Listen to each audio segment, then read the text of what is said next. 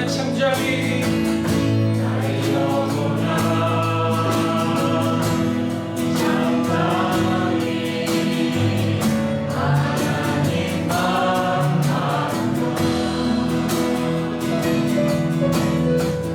나의 소망이 저에게서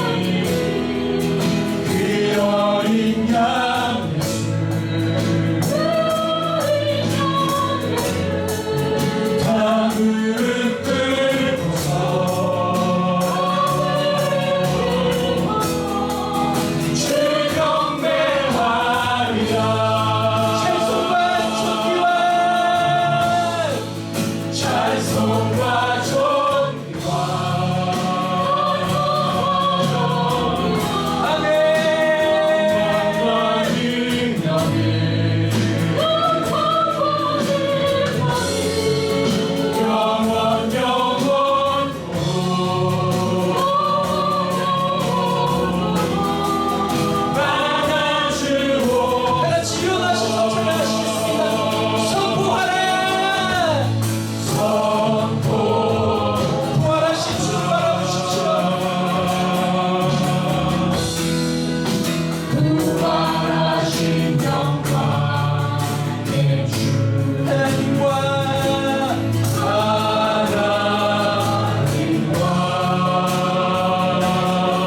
화목하게 하신 주님, 화목하게 하신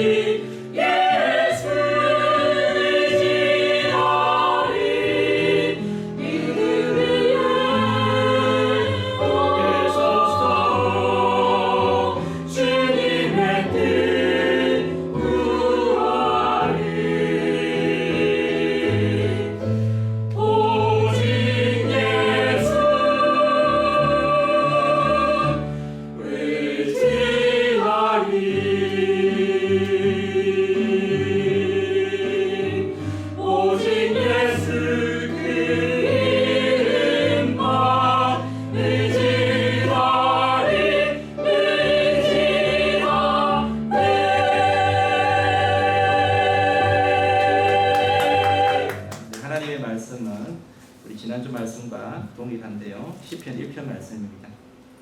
시편 1편 말씀을 우리 함께 교도하면서 읽도록 하겠습니다. 복 있는 사람은 악인들의 꾀를 따르지 아니하며 죄인들의 길에 서지 아니하며 오만한 자들의 자리에 앉지 아니하고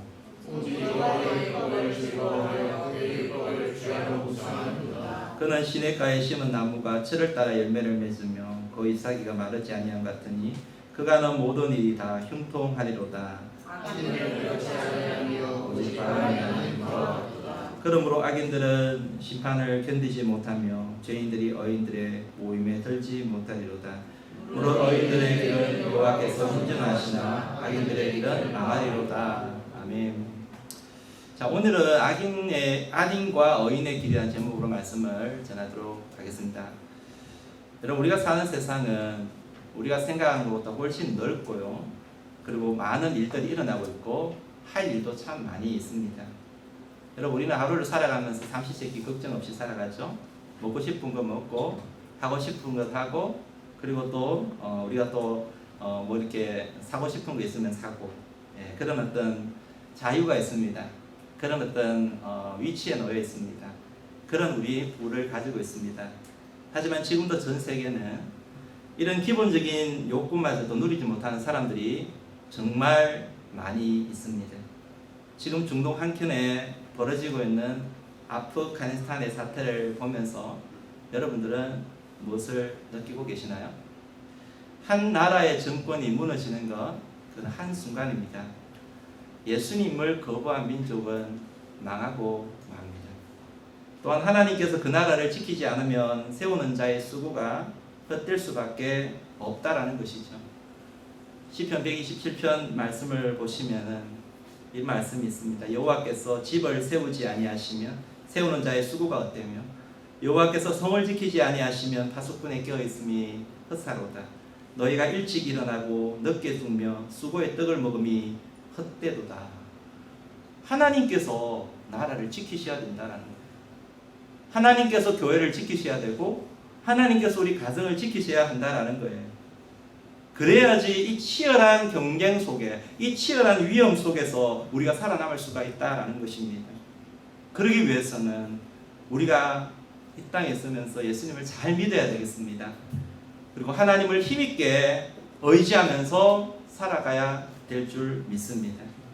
특별히 여러분, 오늘 이 아프가니스탄의 사태를 보면서 우리에게 주어진 이 자유, 여러분, 이 자유의 소중함을 우리는 잘 알고 있어야만 합니다. 무장단체가 나라를 장악했는데 무슨 자유가 있겠습니까? 저는 상세히 잘 모르지만은 여자분들은 히잡을 쓰지 않으면은 얼굴을 드러내고 제대로 다닐 수가 없다, 그런 이야기를 하는 것을 들었어요. 종교의 자유 없습니다. 원리주의자들이 지금 이 무장단체들인데요, 교리에 반하는 행동을 하게 되면 그 자리에서 적결처형해도 아무 말 하지 못하는 것입니다. 오늘 여러분, 우리에게 주어진 이 자유가 얼마나 소중한 것인지, 내가 지금 예배드릴 수 있는 자유, 마음껏 하나님을 예배하고 하나님을 찬양할 수 있는 자유, 하나님을 섬길 수 있고 하나님께 기도할 수 있는 자유, 하나님께서 이런 우리에게 자유를 주신 것이 얼마나 소중한 것인지를 우리 마음속으로 뼈저리게 감사하면서 살아가야 될 줄 믿습니다. 그리고 여러분, 이렇게 주신 귀한 자유를 우리는 또한 잘 유지하면서 잘 지켜가야 될 필요성이 있다는 거예요. 사랑하는 성도 여러분, 하나님께서 왜 우리에게 자유를 주셨을까요? 내 마음대로 죄짓고 살라고 자유 주신 거 아니에요. 하나님 우리에게 자유를 주신 이유는 이 자유 가지고 하나님을 잘 섬기라고 주신 거예요. 하나님을 마음껏 잘 섬기라고 우리에게 자유를 주셨다는 거예요. 뿐만 아니라 하나님께서 우리에게 주신 그 하나님의 귀한 뜻을 이 자유를 가지고 이루면서 살아가라고 주신 거예요. 그래서 여러분이 아프가니스탄 이런 사태를 보면서 저는 하나님께서 우리에게 주신 축복과 은혜를 어떻게 하면 지구 한켠에 고난당하는 영혼들을 향해, 소외된 그 영혼들을 향해 어떻게 흘러가게 할 수 있을까? 우리 교회가 하나님의 백성이 어떻게 흘러가게 할 수 있을까? 그걸 고민하는 것입니다. 이게 참된 자유의 가치를 알고 그것을 따라서 행하는 자의 모습이다라고 이야기할 수가 있을 것입니다. 저는 지난주에 두 종류의 복 있는 사람을 보았습니다. 두 종류의 사람을 보았습니다. 자, 여러분, 먼저 복 있는 사람은 어떤 사람이냐라고 말씀을 드리냐면, 죄에 대하여 단호히 노라고 말하는 사람이다라고 이야기를 했죠. 자, 1절 말씀을 한 번 더 보도록 합니다. 복 있는 사람은 악인들의 길을 따르지 아니하며 죄인들의 길에 서지 아니하며 오만한 자들의 자리에 앉지 아니하고, 하나님께서 주신 자유를 가지고 그 마음대로 죄 짓는 데 사용하는 것은 그것은 복된 인생이 아니다라고 분명히 말하고 있습니다. 여러분, 예수님을 믿어도 똑같지 않다라는 것입니다. 복된 인생이 있고 그러지 못한 인생이 있는 거예요. 악인의 꾀를 따르고 죄인의 길에 행하고 그리고 말씀을 조롱하는 오만한 자의 자리에 앉아 있는 인생은 절대로 복된 인생이 될 수 없다라는 것입니다.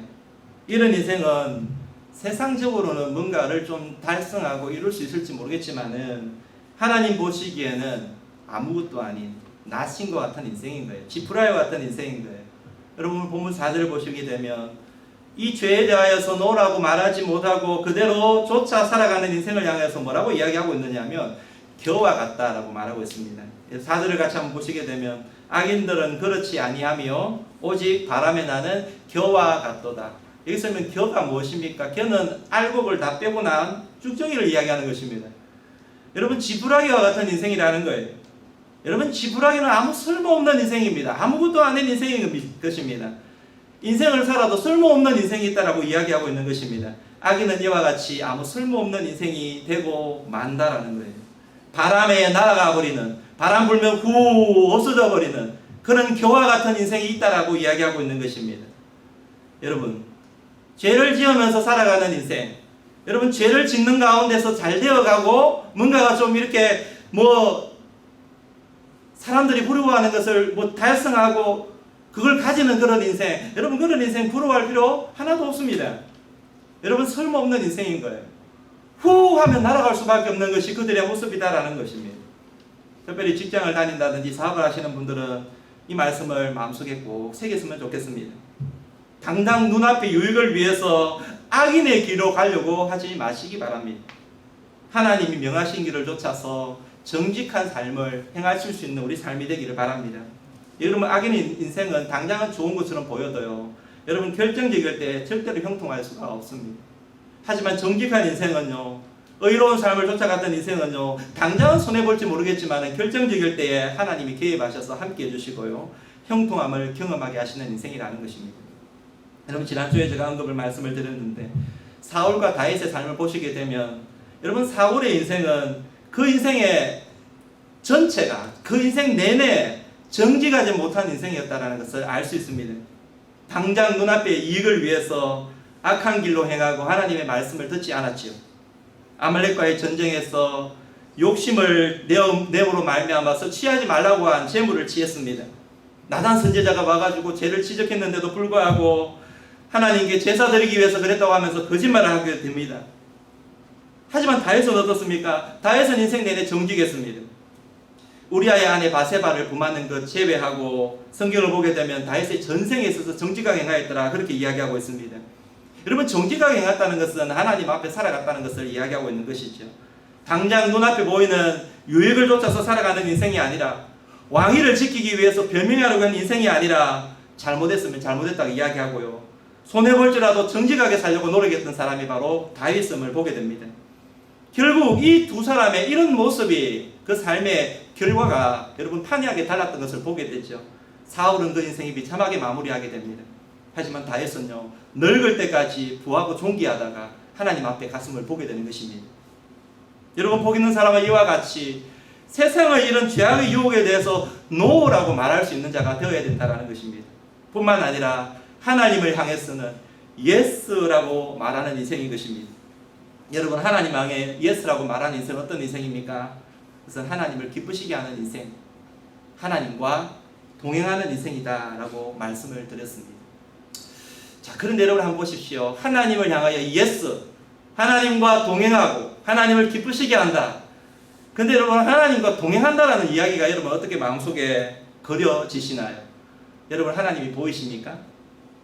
여러분 한번 생각해 보십시오. 하나님 보이십니까? 하나님은 영이시다라고 말씀하지 않습니까? 하나님은 물질적인 존재가 아니라, 우리와 같은 똑같은 육을 가진 존재가 아니라 하나님은 영이신 것입니다. 그러면 영이신 하나님과 어떻게 동행을 할 수 있느냐라는 것입니다.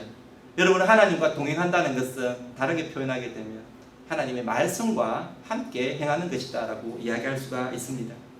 말씀과 함께하면 하나님과 동행하는 것과 같은 것이에요. 말씀과 함께하는 인생이 하나님과 사귀는 것이고, 그리고 하나님과 함께 동행하는 인생인 것입니다. 여러분, 성경에 보게 되면 에녹이 300년 동안 하나님과 동행했더라라고 이야기하고 있습니다. 어떻게 동행했을까요? 여러분 한번 생각해 보셨나요? 에녹이 300년 동안 하나님과 함께 걸어가고 같이 행했더라라는 거예요. 여러분 어떻게 동행했을까요? 여러분 300년 동안 동행했다는 것은 하나님의 말씀과 함께 했다는 거예요. 하나님과 하나님의 말씀과 같이 걸어가고 동행했다는 것을 이야기하고 있는 것입니다. 오늘도 여러분 마찬가지입니다. 우리가 하나님의 말씀의 사람이 되고 말씀이 나를 지배하고 말씀과 동행하게 되면은 하나님과 동행하는 사람이 될 수가 있음을 믿으시길 축원드립니다. 그래서 여러분 오늘 복 있는 사람이, 시인이 고백하는 이 복 있는 사람은 어떤 사람인가? 2절 말씀을 보게 되면요, 오직 여호와의 율법을 즐거워하여 그의 율법을 주야로 묵상하는도다라고 고백하고 있는 것입니다. 여러분, 사랑하는 여러분, 그렇기 때문에 이 하나님의 말씀을 즐거워하는 삶을 사시기를 축원드립니다. 지난주에 말씀을 드렸잖아요. 여러분 즐거워하게 되면요 어떻습니까? 즐거워하게 되면 자꾸 가까이 하고 싶어지는 거예요. 그걸 즐거워한다는 것은 내가 그걸 가까이 하고 싶다는 거예요. 저는 우리 은혜교회 모든 지체들이, 성도님들이 말씀을 좀 자꾸 가까이 하고 싶은 그런 사람이 되시기를 주님의 이름으로 축원드립니다. 또한 여러분, 말씀을 즐거워한다는 것은요, 투자하는 일에 아깝지 않다는 거예요. 저는 여러분 말씀을 위해서 투자하는 것을 아깝지 않는 사람이 되기 바랍니다. 저희 오늘 학교 다닐 때요, 교수님이 본인의 아들도 그렇고 주변에 있는 사람들에게, 그 자녀들에게 신학생을 데리고 와가지고 성경과외를 시킨다는 거예요. 돈을 주고. 여러분 성경과외를 시키는 거 여러분 한번 생각해 보셨습니까? 우리의 자녀들이 성경을 돈을 주고 가치를 지불하고 대가를 지불하고 성경을 배우도록 만드는 거예요. 여러분 생각을 좀 전환하시고, 성경을 공짜로 배우는 게 아니에요. 은혜 공짜로 받으려고 하지 마세요. 하나님의 말씀을 위해서 대가를 지불하는 인생이 되어야 돼요. 여러분 우리는요, 우리 자녀들 세상의 공부를 시키기 얼마나 많은 투자를 합니까? 학원에 여러분 수십만 원, 수백만 원을 들이면서 세상 공부를 시킵니다. 근데 여러분 하나님의 말씀을 위해서는 여러분 투자하는 것을 아깝다고 생각하면 안 된다는 거예요. 또한 여러분 하나님의 말씀을 즐거워하면 어떻습니까? 오래 함께해도 지겹지 않는 거예요. 그래서 여러분 본문 말씀을 보십시오. 그래서 주의 말씀을 주야로 뭐 한다고요? 묵상하는도다. 여러분 하나님이 즐거워하는 사람은요, 말씀을 즐거워하는 사람은 주의 말씀을 주야로 묵상하는 사람이다. 자, 여러분 한번 생각해 보십시오. 말씀을 주야로 묵상한다. 여러분 오늘 설교 말씀을 들었습니다. 여러분 어떻습니까? 여러분 들은 설교 말씀을 그날 하루라도 한번 진짜 그 말씀을 생각하면서 살아본 적이 있으신가요?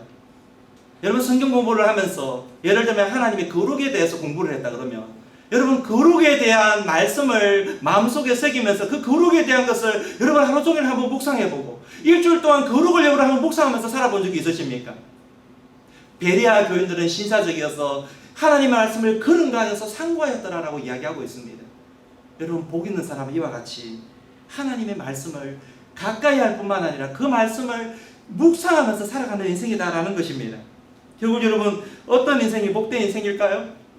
세상이 아무리 바빠도요, 세상에 하고자 하는 일들이 아무리 많아도요, 말씀을 통해서 하나님과 가까워지려고 하는 인생, 그러면서 예수님을 닮아가려고 하는 인생, 이런 인생이 복된 인생임을 믿으시기를 주님으로 축복드립니다. 이런 인생이 될 때에 하나님이 그와 함께 하시기 때문에 3절 말씀에 뭐라고 합니까?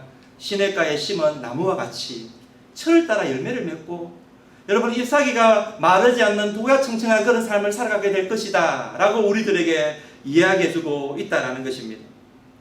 여러분 이와 같이 여러분 우리가 어떤 삶을 살아가느냐에 따라서 인생의 결과가 확연히 다른 것입니다. 여러분 성경은 우리들에게 두리뭉실하게 인생을 말하지 않습니다. 이렇게 살아도 되고 저렇게 살아도 되고 어떻게 살아도 하세상이기 때문에 아무렇게나 살아 그렇게 말씀하지 않습니다. 여러분 성경은요 어떻게 살아도 똑같다라고 절대로 이야기하지 않습니다. 성경은요 중간지대가 있다고 말하지도 않습니다. 하나님이 싫어하는 색깔은 회색 색깔이라고 말씀을 드렸죠. 이것은 여러분 마귀가 좋아하는 것이에요. 여러분 우리 하나님은 거룩하십니다. 할렐루야. 그렇기 때문에 하나님은 거룩하신 분이기 때문에 우리들을 향하여서 이렇게 말합니다. 내가 거룩하니 너희도 거룩하라. 따라해봅니다. 내가 거룩하니 너희도 거룩하라. 하나님이 우리에게 말씀하시고 원하시는 삶이 있다라는 것이 아무렇게나 살도 된다는 게 아니라 하나님이 거룩한 분이시기 때문에 우리가 살아가야 될, 걸어가야 될 그 길이 있다라는 것입니다. 오늘 여러분 우리가 죄 가운데 거하느냐 하나님의 말씀에 붙들려서 살아가는 데에 따라서 확연히 달라지는 인생의 그 운명과 그 삶이 달라지는 모습이 다른 삶이라고 이야기합니다. 죄 가운데 살아가는 인생은 악인이라고 이야기하고요. 하나님의 말씀을 쫓아서 살아가는 인생을 향하여서 의인이다라고 우리들에게 분명하게 구분해서 이야기하고 있는 것입니다.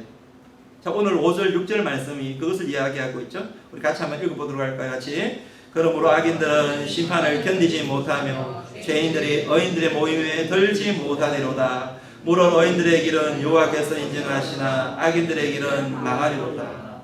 여러분 이 말씀을 보면 그 어디도 아무렇게나 살아도 결과는 똑같아 말하지 않죠? 결과가 완전히 다른 것입니다. 죄에 대하여서 그 유혹을 받아도 죄에 대하여서 몸부림치면서 노라고 말하지 못하는 인생, 악인의 꾀를 따르고 죄인의 길에 들어서고 오만한 자들의 삶을 살아가는 그 인생을 악인이다라고 말하고 있죠. 여러분 성경에 말하는 악인은 말씀에 대해서 여러분 들으려고 하지 아니하고 고집스럽게 죄악 가운데 그 말씀이 우리에게 주어짐에도 불구하고 계속 행하려고 하는 사람을 악인이다라고 이야기합니다. 그런 인생은 심판을 견디지 못한다. 그 길은 망하는 길이다라고 이야기하고 있습니다. 반면에 여러분 또 다른 삶을 뭐라고 이야기합니까? 말씀을 따라서 행하려는 인생. 여러분 실수를 하지만은 말씀을 들을 때 다시 살아나고 시작하려고 하는 인생. 우리의 삶의 뿌리를 말씀의 뿌리에 말씀에 두려고 하는 그런 인생. 말씀의 시내에 내리고 말씀으로부터 양분을 공급받고 말씀의 생수를 먹으면서 살아가려고 하는 인생. 여러분 하나님이 말씀을 삶의 기준으로 삼고 새 속에 물들지 않으려고 몸부림치는 그런 인생을 향하여서 성경은 의인이다라고 이야기하고 있다라는 것입니다. 여러분 의인은 내가 잘나서 의인이 아니에요. 여러분 우리는 의로운 존재가 될 수가 없어요. 우리는 여전히 죄인입니다. 죄를 지을 수밖에 없는 그런 어떤 연약한 인간입니다. 하지만 그럼에도 불구하고 예수 그리스도께서 우리를 보혈로 깨끗하게 하시고 뿐만 아니라 우리가 죄를 지었을 때에 하나님의 말씀으로 우리의 죄를 씻고 나아갈 수 있는 인생, 말씀의 그 샘물을 가지고 우리를 씻을 수 있는 인생, 그 인생이 의로운 인생이다라고 여겨주는 것입니다. 이러한 의인은 여호와께서 인정하시는 인생이 된다라는 것, 하나님의 나라에 영원히 빛나는 인생이 된다라고 이야기하고 있다라는 것입니다. 예수님도요 산상수훈에 보면 이렇게 이야기합니다. 마태복음 7장 21절 말씀에 우리 같이 한번 읽어보도록 할까요? 마태복음 7장 21절입니다. 나더러 주여 주여 하는 자마다 다 천국에 들어갈 것이 아니요 다만 하늘에 계신 내 아버지의 뜻대로 행하는 자라야 들어가리라 하셨은 뒤에 들어가리라 하셨어요. 주여 주여 한다고 해서 천국에 들어가는 게 아니다라고 이야기합니다. 여러분 만약에 주여 주여 한다고 들어가면 성경을 아는 사람, 조금이라도 아는 사람은 다 천국에 들어가겠습니다. 그렇죠? 근데 그게 아니라는 것입니다. 여러분 교회 나와서 주여 주여 외친다고 해서 천국에 들어가는 사람이 아니라는 것입니다. 여러분 천국에 들어갈 사람의 기준은 하나님의 뜻대로 행하는 자다라고 이야기합니다. 여러분 하나님의 뜻대로 행하는 자 어떤 사람입니까? 여러분 하나님의 뜻대로 행하는 사람은 주의 말씀을 사모하고 그 말씀을 따라서 살아가는 인생이다라는 거예요. 여러분 시편의 고백을 보면 그 말씀을 즐거워하여 그 말씀을 주야로 묵상하는 인생이다라고 이야기할 수 있습니다. 여러분 시편 1편 말씀에 보면 그러면은 말씀을 듣고 말씀을 묵상하기만 하면 되는 것인가? 이렇게 여러분 좀 오해할 수가 있는데요. 여러분 주의 뜻대로 행하는 자다라고 천국에 들어가는 사람이라고 말했는데 여러분 묵상하는 것과 뜻대로 행하는 것과 무슨 매치가 있는가? 이렇게 생각할 수 있을 것입니다. 그런데 여기서 시편 1편에 말하는 묵상이라는 의미는요. 여러분 그냥 머릿속에 맴맴 돌고 하나님 말씀 좋아라고 하면서 마음만 그냥 좋아라는 게 아니에요. 여러분 여기서 묵상이라는 것은요 하나님 말씀이 그런가 하면서 상고하면서 말씀대로 우리의 삶을 바꾸어 나가는 것입니다. 적용시켜 나가는 것입니다. 순종하며 나아가는 것입니다. 그것이 묵상하는 사람의 모습이다라는 것입니다. 이런 인생이 복된 인생이다라고 말하고 있는 것이에요. 여러분 오늘은 이어서 여러분 이 하나님의 말씀인 이 성경, 여러분 이 성경에 대해서 여러분과 함께 또 다른 짧은 내용을 가지고 여러분과 함께 한번 살펴보기 원하는데요. 그럼 이 성경이 우리가 정말 가까이하고 사모하고 끝까지 묵상해야 될 이 말씀이 어떤 능력을 가지고 있는 것인가? 여러분이 하나님의 말씀의 능력, 성경의 능력이 어떤 것인지를 몇 가지만 살펴보면서 여러분 하나님의 말씀을 좀 더 사모하고 더 가까이하고 표제에 대한 열망들이 우리 가운데 좀 더 생겨날 수 있기를 간절히 소원해 봅니다. 먼저 여러분 이 하나님의 말씀인 성경은요 어떤 능력이 있느냐? 기록의 능력이 있습니다. 한번 따라해 볼까요? 기록의 능력이 있습니다. 기록의 능력이 있습니다. 여러분 성경은 우리가 잘 아는 바대로 어떤 이 성경은요 몇 년 동안 적혀졌냐 하면 성경은요 그 기간이 1600년 기간 동안에 40여 명의 저자에 의해서 적혀진 것이었습니다. 인류의 시작을 알리는 모세오경, 여러분 출애굽 사건부터 마지막 요한계시록을 찍은 요한시대까지 출애굽 사건이 BC 1446년에 일어나잖아요.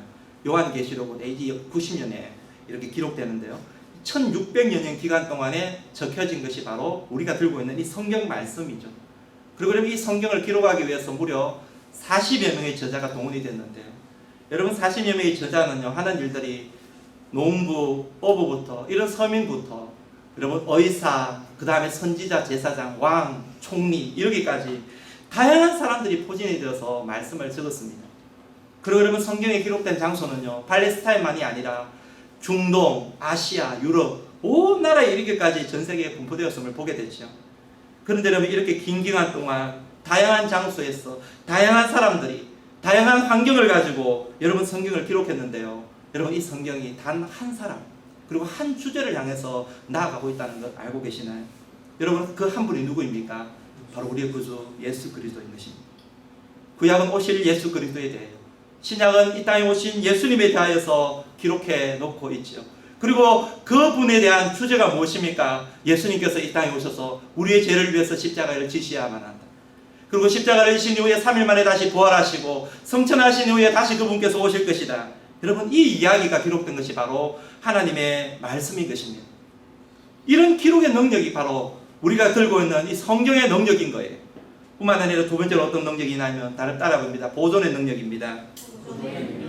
여러분 성경 66권은요 수많은 공격, 마귀의 공격을 받았습니다. 지금까지 사단이 여러분 성경을 없애버리려고 얼마나 많이 여러분 성경을 공격했는지 모릅니다. 성경을 변질시키고 이 성경을 빼앗기 위해서 얼마나 많이 공격했는지 모릅니다. 그런데 이 성경은 보존되었습니다. 지금까지 보존되어서 우리의 손에 들려져 있는 것입니다. 물론 성경의 원본은 사라졌지만은요 6,000편이나 되는 사본이 존재했습니다. 그래서 여러분 사본을 비교해 본 결과 우리가 가지고 있는 성경과 거의 똑같다는 것입니다. 그만큼 하나님께서는 많은 사람들에게 손으로 기록하면서 두렵고 떨리는 마음으로 그것을 기록하게 하심으로 말미암아서 이 성경을 보존해 오셨다라는 거예요. 그래서 우리 손에까지 지금 번역되어서 들려지고 있는 말씀인 것입니다. 그리고 세 번째는 이 성경 어떤 능력이냐 따라해봅니다. 보급의 능력입니다. 복음의 능력입니다. 첫 번째 기록의 능력이죠. 그 다음에 두 번째는요 보존의 능력, 세 번째는 보급의 능력인 거예요. 여러분과 가지고 있는, 제가 가지고 있는 성경은요 부동의 베스트셀러인 것을 알고 계시죠. 여러분 지금까지 저자가 적은 책 중에 제일 많이 팔린 게 여러분 헬포드 이야기 알고 계시나요? 헬포드 이야기가 4억 4천만 부가 여러분 찍혀졌대요. 엄청나죠? 근데 이 성경은요 무려 얼마나 지금까지 40억 부가 넘게 인쇄가 되었다고 합니다. 근데 여러분 사실 이게 공식적인 것만 그렇지 사실 실제로 따져보면 지금보다 훨씬 많은 아마 분량의 성경이 아마 보급되었을 것입니다. 지금도 매년 3천만 부 이상의 성경이 찍혀지고 있다라고 그럽니다. 여러분 아무리 좋은 책이라도 뿐만 아니라 여러분 아무리 좋은 책이라도 전 세계 언어로 번역된 책이 없습니다. 그런데 하나님의 말씀은요 전 세계에 흩어져 있는 모든 자의, 모든 사람들, 모든 나라의 그 언어로 적혀졌다라는 거예요. 단 2%가 그 나라의 언어로 적혀지지 않았는데 이거는 미전도 종족, 자기도 그 언어를 쓰고 있는데 언어가 없는 사람이 있잖아요. 근데 여러분 이 미전도 종족에게 복음을 전가하고 이 성경을 보급하기 위해서 만들어진 선교단체가 위클리프 선교단체예요. 근데 이 위클리프 선교단체 2%, 전 세계 2% 있는 사람들에게 복음을 전가하기 위해서 여러분 이 헌신된 사람이 수천 명이 있습니다. 지금도. 왜 그들에게 복음 하나 전개, 성경 하나 전거하기 위해서, 그들에게 그들의 언어로 전해주기 위해서 지금도 연구하고 있는 거예요. 여러분, 그들이 못 배운 사람들이 아니라 전부 다 박사이고요. 전부 다 여러분 대학 나온 사람이고요. 언어학을 공부한 사람이고요. 이런 사람들이, 헌신된 사람들이 그렇게 많이 헌신하고 있다는 거예요. 우리나라도 여러분 초창기에 기도원 선교회라고 성경 하나를 보고하기 위해서 만들어진 선교단체가 있습니다. 지금도 존재하고 있는 걸로 알고 있습니다. 여러분, 이 하나님의 말씀 성경이 뭐길래 이토록 많은 사람들이 이 성경을 지금 찾고 있고 그리고 성경을 전하고 있는 것일까요? 심지어는 여러분, 이 성경을 번역하기 위해서 원주민들에게 전하기 위해서 목숨을 바치는 사람들이 그렇게 있는 것일까요? 자신의 출세와 명예를 뒤로하고 이 성경 하나 보고하기 위하여서. 제가 아는 모퉁이들 선교회라고요. 이 선교단체는요, 북한에 성경을 전해주는 그런 선교단체입니다. 근데 여러분, 거기에 헌신하고 있는 사람은 목숨을 걸고 그 나라로 들어갑니다. 한번 걸리게 되면 그건 죽음이에요. 여러분, 우리는요, 이 복음의 빛인 자라는 것을 여러분 알아야만 합니다. 한국 기독교 초창기에 1866년도에 영국에 있는 토마스 선교사님께서요, 하나님의 말씀을 저 동양에, 저 불쌍한 나라, 알려지지 아무도 복음을 전하지 않는 그 나라에 이 말씀을 한번 전해주기 위하여서 한자로 된 성경책 들고 와가지고 왔는데, 제너럴 스몰을 타고 왔는데 한국에 발 한번 들여놓지 못하고 그 바닷가에서 그 자리에서 바로 적길 처형을 당하게 돼요. 그러면 처형을 당하면서 자기가 들고 성경책을 던져줬어요. 근데 여러분, 죽으면서 던져준 그 성경을 받은 사람이 한국교회 처음 교회를 세우는 사람이 돼요. 한국 교회의 씨앗이 되는 것입니다. 그가 흘린 이 선교의 피와 피우던 이 복음이 한국 교회를 만들게 된 것입니다. 언더우드 아펠설더 선교사님이 들어오기 전에 이 토마스 선교사님이 던져준 성경이 복음의 씨앗이 된 것입니다. 우리는 여러분, 이 복음의 선교자의 피로 인하여서 세워진 교회입니다. 여러분이 그 복음의 피로 말미암아 복음을 듣고 지금 예수님을 믿게 된 것입니다. 우리가 들고 있는 이 복음이, 우리가 지금 배우고 있는 성경이 얼마나 소중한 것인가, 여러분 그것을 다시 한번 생각할 수 있어야 되는 거예요. 그리고 뿐만 아니라 우리는 이 마음을 받았어요. 우리도 또한 복음을 알지 못하고 아직까지 복음을 듣지 못하고 성경을 아직까지 받지 못한 그들을 향하여서 나아가야 될 사명이 우리 가운데 있다는 거예요. 마지막으로 여러분, 이 성경은 어떤 능력이 있느냐 한번 따라해봅니다. 변화의 능력이 있습니다. 변화의 능력이 있습니다. 존 메거드 목사님이 이렇게 말씀하셨습니다. 우리 함께 한번 읽어봅니다. 같이. 하나님의 말씀은 인간의 영혼을 근본적으로 수술하기에 적합한 유일한 도구이다. 여러분, 세상에 부분적으로 고칠 수 있는 건 참 많이 있습니다만 인간의 마음을 근본적으로 변화시킬 수 있는 것은 성경밖에 없습니다. 여러분, 하나님의 말씀을 사람이 만나게 되면 변화됩니다. 여러분, 이 놀라운 진리를 믿으시기를 축원드립니다. 하나님은 변화시키지 못할 사람이 그 어디도 없기 때문에 그렇습니다. 존 아담스가 적은 실화전기였던 피키언 사람들이라는 그 이야기가 있는데요, 영국에서 마음껏 살고 싶은 자유를 갈망하는 있잖아요. 막 자기 혼자서 인간이 만들어 세상을 한번 즐겨보고 싶다라고 그런 어떤 갈망을 가진 사람이 공동체를 만들었어요. 플래츠를 중심으로 해서 바운티라는 공동체를 만들었는데요, 이 사람들은 지금 가족들과 함께, 자기가 지금 형성된 그 가족들과 함께 남태평양 피키안이라는 섬에 들어가서 거기에 머물고 있는 이제 원주민들, 인디언들을 설득해서 그곳에서 공동생활을 시작을 하게 되었습니다. 모든 구속에서 벗어나서 이제 자유롭게 한번 살아보리라, 내 하고 싶은 대로 한번 살아보리라라고 하면서 그 공동체를 이루면서 그 섬에서 생활을 한 거예요. 근데 9년 동안 그들이 이제 그 공동체에서 하고 싶은 대로 자유롭게 행동을 했습니다. 근데 여러분, 결과가 어땠을까요? 여러분, 이 공동체 사회는 보기 좋게 실패하고 말았습니다. 보통 세상 사람들이 일어나는 모든 죄악된 일들이 9년 동안 그 공동체에서 일어난 것입니다. 12건의 살인사건이 일어나고요, 폭력, 성적인 문란함, 알코올 중독, 사기, 시기, 질투, 여러분, 인간 세상에 발생할 수 있는 모든 일들이 그 공동체 생활하고 있는 그 안에서도 일어나게 되었다라고 해요. 그리고 이 일을 주도했던 블레츠라는 사람은 그 섬에서 자살하고 말아요. 그런데 아담스라는 사람도 그곳에서 같이 따라갔는데 그 생활의 실정을 느끼고는 다시 자기 나라인 영국으로 돌아가려고 짐을 정리를 하고 있었습니다. 그런데 짐을 정리를 하다가 우연히 들고 온, 왜 그게 가져왔는지 모르겠지만 들고 온 그 짐 안에 성경책이 있는 것을 발견하게 되었습니다. 먼지가 자욱한 것입니다. 한 번도 보질 않았습니다. 그래서 배를 기다리는 2달 동안에 이 아담스가 정말 간절한 마음으로 말씀을 읽기 시작합니다. 진짜 간절한 마음, 성경을 묵상합니다. 그런데 여러분, 성경 속에서 말씀을 보는 가운데 빛을 발견하게 됩니다. 예수님을 만나게 됩니다. 예수님을 통하여서 자신이 지금 얼마나 죄인인지, 인간이 얼마나 하나님을 떠난 인간이 얼마나 죄스러운 삶을 살아갈 수밖에 없는지를 알게 되는 것입니다. 그러고는 말씀을 통해서 완전히 새로운 사람으로 거듭나게 돼요.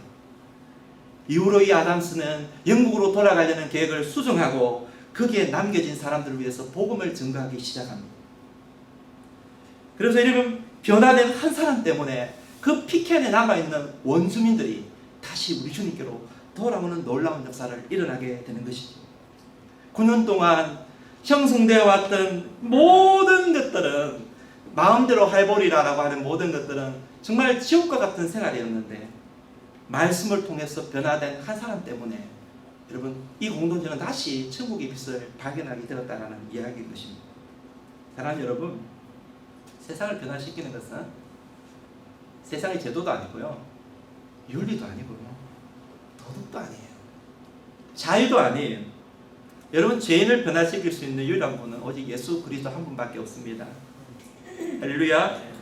성경은 우리를 예수님께로 안내하고요, 예수님을 발견하도록 하는 것입니다.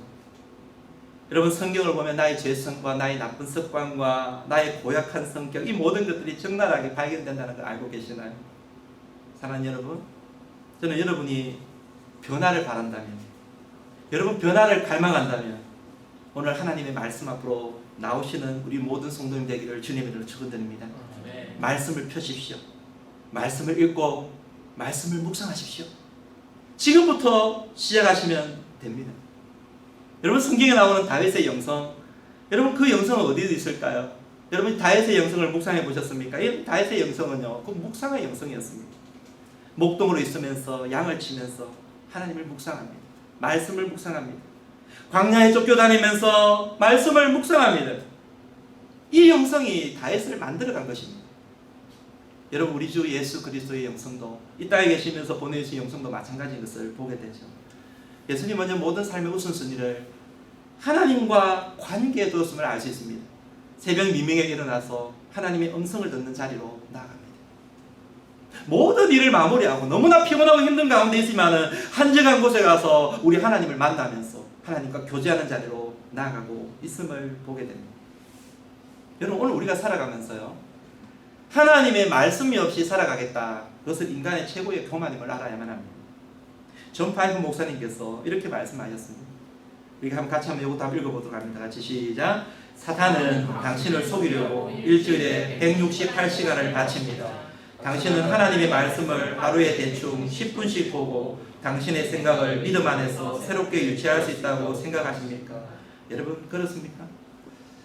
사단은 168시간을 쉬지 않고 우리를 속이기 위해서, 우리를 공격하기 위해서 바치는데, 우리는 하나님의 말씀이 없이 여러분 우리의 영혼을 새롭게 유지할 수 있을까요? 저는 여러분 이 말씀을 들으면서 좀 진립이 있었으면 좋겠고요, 하나님께 더 가까이 나아갈 수 있는 계기가 되었으면 좋겠습니다. 아무쪼록 여러분, 하나님의 말씀을 가까이 하면서 묵상하는 자리로 담대히 달려나가시기를 주님의 이름으로 축원드립니다. 시편 119편 103절, 잠언 16장, 여러분 밑에 있는 스크린에 보이는 이 말씀을 우리 같이 한번 읽어보도록 합니다. 같이 시작. 주의 말씀이 다시 내게 어찌 그리 단지요, 내 입에 꿀보다 더 다니이다. 선한 말은 꿀송이 같아서 마음에 달고 뼈에 양약이 되느니라. 내 아들아, 꿀을 먹으라, 이것이 좋으니라. 송이꿀을 먹으라, 이것이 내 입에 다니라. 세상에서 가장 맛있는 것은요, 여러분 이것을 깨닫는 사람만 알게 될 것입니다. 하나님의 말씀입니다. 이 하나님의 말씀을 먹으시기를 주님으로 축원드립니다. 돈을 주고 사지 못하는 진리가 말씀 속에 들어있다는 걸 알고 계시나요? 여러분, 자식에게 돈을 물려주려고 하지 말고 하나님의 말씀을 물려주는 우리 성도님 되시기 바랍니다. 여러분 이번에 우리가 큐티 세미나를 하게 될 건데요, 여러분 큐티 세미나를 꼼꼼하게 하십시오. 성실하게 하십시오. 부지런히 하십시오. 목표를 가지십시오. 내가 큐티를 열심히 해서 결혼한 우리 자녀들에게 내가 큐티집을 물려주리라. 내가 다른 것보다 내가 만난 하나님, 내가 받았던 은혜, 내가 받았던 그 말씀을 통하여서 만났던 그 하나님과 교제의 시간, 다윗이 우리에게 시편을 물려준 것처럼 우리 자녀들에게 내가 그 만난 하나님의 그 묵상집을 물려주리라.